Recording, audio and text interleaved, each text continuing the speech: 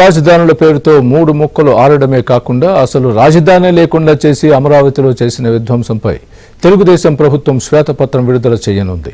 ఆంధ్రప్రదేశ్ ప్రజల కలల రాజధాని అమరావతిని అధికారంలోకి వచ్చిన వెంటనే మాట మార్చి మడమ తిప్పి మూడు రాజధానులు చేస్తామని ప్రకటించడమే కాకుండా రాజధాని విధ్వంసానికి పూనుకున్నారు. ప్రభుత్వాన్ని నమ్మి భూములిచ్చిన రైతుల్ని నట్టేట ముంచారు.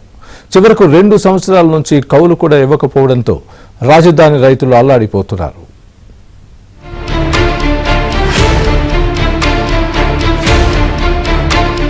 రాజధాని అమరావతిపై పగపట్టి విధ్వంసానికి గురి చేసిన జగన్ సర్కార్ అరాచకంపై ముఖ్యమంత్రి చంద్రబాబు శ్వేతపత్రం విడుదల చేయనున్నారు.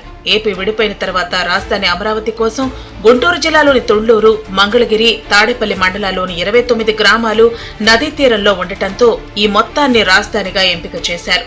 ప్రభుత్వం వద్ద నిధులు లేకపోవడంతో భూ సమీకరణ విధానం ద్వారా రాజధానిలో 29,000 మంది రైతులు 34,000 ఎకరాలను ప్రభుత్వానికి అప్పగించారు. రాజధానిలో కేంద్రం, బ్యాంకులు ఇచ్చిన నిధులతో సచివాలయం, హైకోర్టు, శాసనమండలి, శాసనసభ నిర్మాణాలు పూర్తి చేశారు.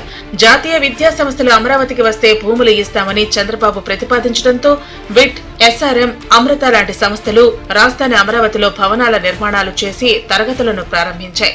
చంద్రబాబు చొరవతో అఖిల భారత వైద్య విజ్ఞాన సంస్థ ఎయిమ్స్ తమ ఆసుపత్రిని కూడా ప్రారంభించింది. తాము అధికారంలోకి వస్తే రాజధాని అమరావతిని కొనసాగిస్తామని ఎన్నికలకు ముందు చెప్పిన జగన్ అధికారంలోకి వచ్చిన వెంటనే 3 రాజధానుల పాట పాడటంతో రాజధాని రైతులు ఆందోళనకు దిగారు. రాజధానిలోని మాస్టర్ ప్లాన్ విధ్వంసం చేసేందుకు R5 జోన్ను తెచ్చి బయటి ప్రాంతాల వారికి సెంట్ పట్టాలు ఇచ్చారు. ఇక్కడ గృహ నిర్మాణానికి సుప్రీంకోర్టు అంగీకరించకపోవడంతో రైతులపై జగన్ పగబట్టారు. అంతేకాదు 2 సంవత్సరాల కౌలు కూడా నిలిపివేశారు. రైతులు 1600 రోజుల పాటు నిర్వహించిన ఆందోళన, వారు పడిన బాధలు, కర్ఫ్యూ వాతావరణం, చివరకు పాదయాత్ర చేసిన రైతులపై లాఠీచార్జి వంటి దృశ్యాలు ఏపీ ప్రజలకు కనిపించాయి. రాజధానిని భవిష్యత్తులో కూడా కోలుకోలేని విధంగా దెబ్బతీయాలనే ఉద్దేశంతో గత ప్రభుత్వం చేసిన ప్రయత్నాలకు అప్పటి పురపాలక శాఖ స్పెషల్ చీఫ్ సెక్రటరీగా ఉన్న శ్రీలక్ష్మితో పాటు CRDA కమిషనర్ గా ఉన్న వివేక్ యాదవ్ చేసిన ప్రయత్నాలపై తెలుగుదేశం ప్రభుత్వం సీరియస్ గా ఉంది. రాజధాని నిర్మాణానికి భూ సమీకరణ కింద భూములు ఇవ్వని రైతుల వద్ద నుంచి భూసేకరణ విధానం ద్వారా భూములు తీసుకోవాలని భూసేకరణ నోటిఫికేషన్ ను ప్రభుత్వం ఇచ్చింది. సుమారు 2,000 ఎకరాలను సేకరించేందుకు నిర్ణయించింది. ఈ నేపథ్యంలోనే ప్రభుత్వం మారటంతో అమరావతి మాస్టర్ ప్లాన్ దెబ్బతీసేందుకు వైసీపీ ప్రభుత్వం భూసేకరణ నోటిఫికేషన్ ను డీనోటిఫై చేసింది. అప్పటి గుంటూరు జిల్లా కలెక్టర్ వేణుగోపాల్ రెడ్డితో పాటు CRDA commissioner Vivek Yadav, special chief secretary Srilakshmi ED notification ఇచ్చారు. ఈ అంశంపై తెలుగుదేశం ప్రభుత్వం ఈ 3 అధికారులపై చర్యలు తీసుకునేందుకు సిద్ధమైంది.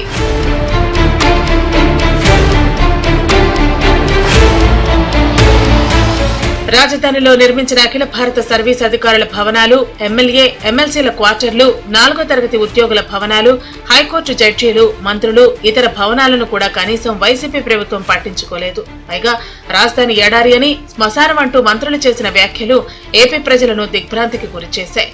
చివరకు ఇటువంటి వ్యాఖ్యలు చేసిన మంత్రులను ఎన్నికల్లో ప్రజలు చిత్తుగా ఓడించి ఇంటికి పరిమితం చేశారు.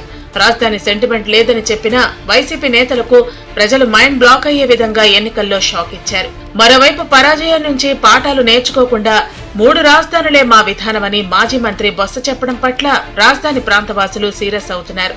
రాజధానిలో ప్రస్తుతం భవనాల నిర్మాణ స్థితిగతులు, కోర్టు 3 రాజధానులకు కొట్టివేయడంతో పాటు రాజధాని అమరావతి అని ఇచ్చిన తీర్పు, సుప్రీంకోర్టులో అప్పటి ప్రభుత్వం సవాల్ చేసిన పిటిషన్ వంటి అంశాలపై ప్రభుత్వ వైఖరిని కూడా వైట్ పేపర్లో ప్రకటించే అవకాశం ఉంది.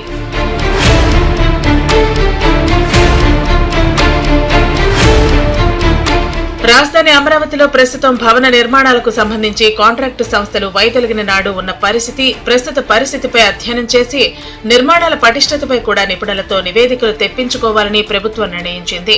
అదేవిధంగా నిర్మాణ రంగ నిపుణులు ఇచ్చే నివేదికల అనంతరం కాంట్రాక్టు సంస్థల టెండర్ సమయం పూర్తి కావడంతో పాటు 5 ఏళ్లుగా పెరిగిన ధరలను కూడా పరిగణలోకి తీసుకుని కొత్తగా టెండర్లు పిలిచేందుకు ప్రభుత్వం ప్రయత్నిస్తోంది.